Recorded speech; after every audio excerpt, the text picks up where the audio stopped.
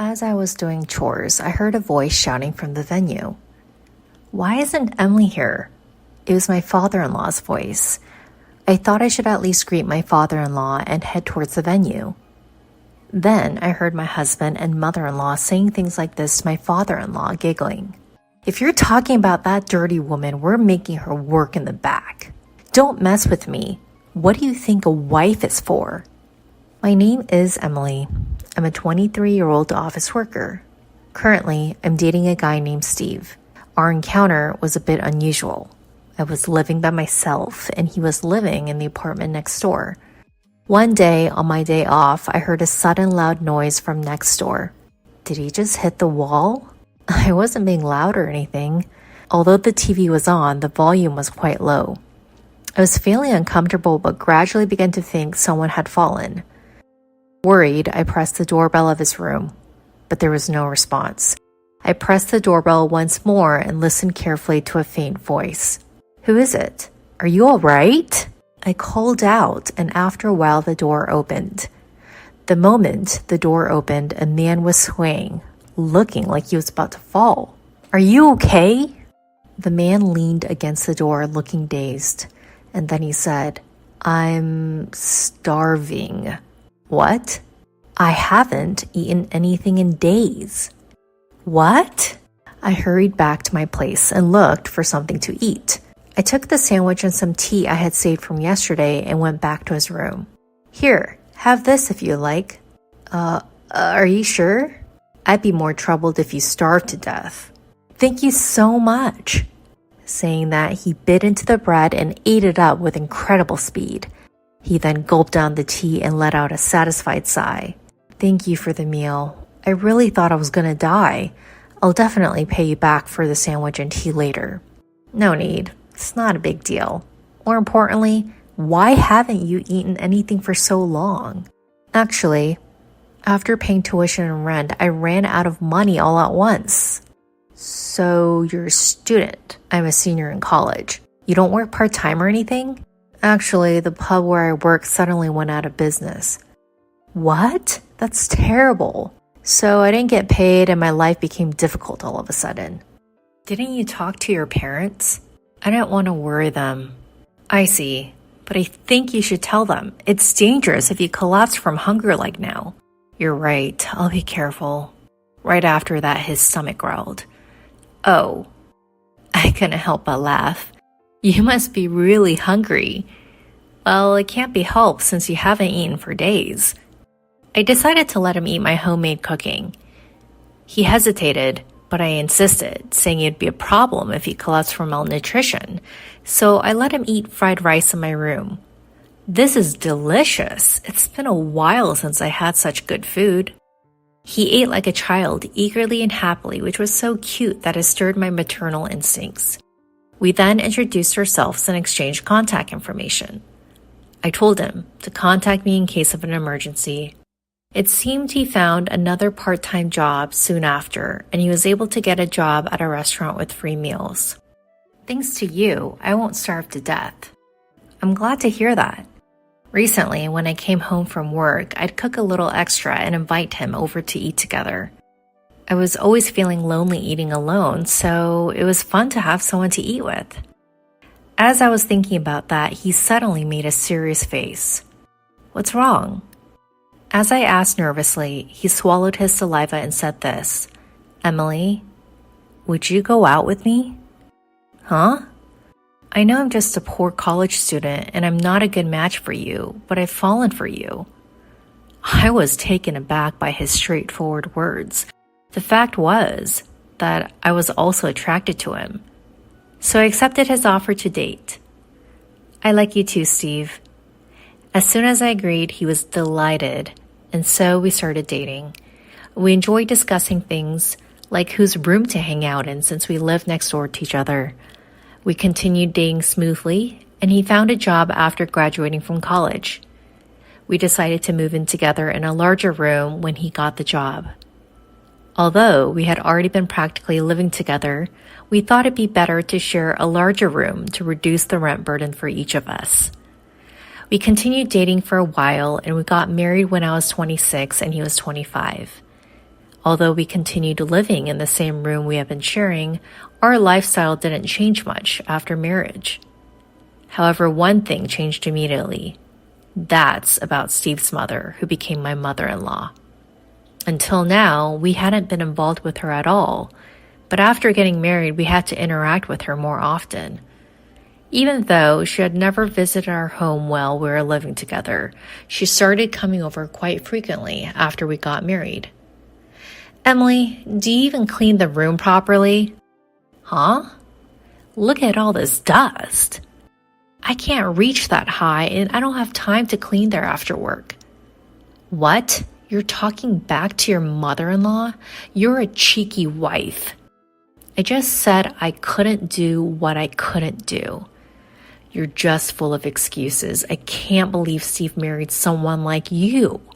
My mother-in-law took every opportunity to berate me.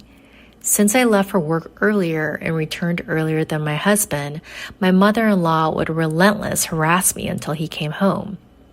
I did housework, hoping my husband would come home soon. What are you making? Huh? I'm grilling fish. Steve won't be satisfied with that. Make a more elaborate meat dish. Mother-in-law, what are you doing? My mother-in-law threw the grilled fish I had made into the trash. I can't believe I left the daily cooking to you. From now on, I'll do it. What? If she cooks, that means she'll come every day. I don't want that at all. There's no need, mother-in-law. I'll cook properly. No, I don't trust you. I'll come and cook every day. Just then, my husband Steve came home. She immediately consulted with Steve about it. Oh, you're going to help with housework, Mom? That's great. Please do. Huh? Steve decided without even listening to my opinion. I'm looking forward to cooking with you, Emily, she said, laughing triumphantly. From then on, it was hell. She got the key from Steve and started getting into the house, waiting for me to come home from work. You're late. Don't just leave everything to me because I'm cooking. Start cleaning now. She forced me to do housework even when I was exhausted from work. She insisted on it even though it wasn't that dirty. She constantly watched me, and if I took a rest, she would scold me relentlessly. So I had no choice but to clean and become even more tired. She really did come every day to cook, and she even ate dinner with us. She badmouthed me in front of Steve, saying I was useless. Don't make trouble for Mom. He blamed me instead of reprimanding his mother. My mother-in-law could come to our house every day because her husband was working abroad. She lived by herself, so she could come to our place frequently. She started pressuring me about having a grandchild. There's nothing better than having a child. Hurry up and have one or two. Even if you say that, it's not something we can just make happen. We have to wait for it. Really? Young people these days always have excuses. I had Steve right after I got married. Huh? It's because you're working, that's why. What? I was a housewife, so I could have children right away. What kind of logic is that? If you properly support your husband's life, you'll have more time for making children. You're too tired from work to do it. What a thing to say. That's so cruel. I don't think that has anything to do with it. Shut up. If you don't get pregnant soon, we'll find another wife. Eh? Another wife? Of course, there's no value in a woman who can't have children. I think it's questionable to say such discriminatory words these days. You really are the type to always argue back. I'll tell Steve. Mother-in-law angrily turned red in the face. I thought she was the one who always argued back. As soon as Steve came home, his mother told him what happened. Hey, Emily, did you talk back to my mom? What are you thinking? Steve immediately got angry after hearing his mother's story. It's probably your fault that we can't have children. Eh? You're saying that too? There's no way it's my fault. What nonsense are you talking about? I was getting fed up with my husband, who always sided with his mother. I thought it might be better to get a divorce. That's when my husband's grandmother, who had been hospitalized, passed away. So a funeral was held. Even though I was considering divorce, I had to attend the funeral. But my husband and his mother said, "Don't come here, prepare things in the back." I had no choice but to make tea and to do chores in the back. I thought I'd leave my husband once this was over. As I was doing the chores, I heard yelling from the venue. "Why isn't Emily here?" That was my father-in-law's voice. It seems he had returned from an overseas business trip. Well, it was his mother-in-law, so it made sense for him to come. I thought I should at least greet my father-in-law, so I headed to the venue. Then I heard my husband and mother-in-law say while smirking, "It's obvious she's not family, haha. We're making that dirty woman work in the back, haha." They even said that in front of my father-in-law. I was amazed by their unchanged behavior. Then the next moment, my father-in-law's angry voice rang out. "Are you kidding me? What do you think a wife is for?" My husband and mother-in-law were shocked by his yelling. "What are you angry about?" "Yeah, you really surprised us." "I'm disgusted that you two think like that. I'll call Emily." Hearing my father-in-law say that, I went to where the three of them were. "Father-in-law, long time no see." Yes, I was surprised. Emily, did you hear that?" "Yes." As I entered, my mother-in-law and husband glared at me with disgusted faces. "Emily, could it be that you've been suffering from bullying by my son and my wife?" When my father-in-law asked me that, I replied, "Yes." She came to the house almost every day to complain about me, and Steve joined in to blame me. When I said that, my father-in-law glared at his wife and his son. "You guys are the worst. Have some shame." My husband argued back when scolded by his father. "What? Did we do something so bad?"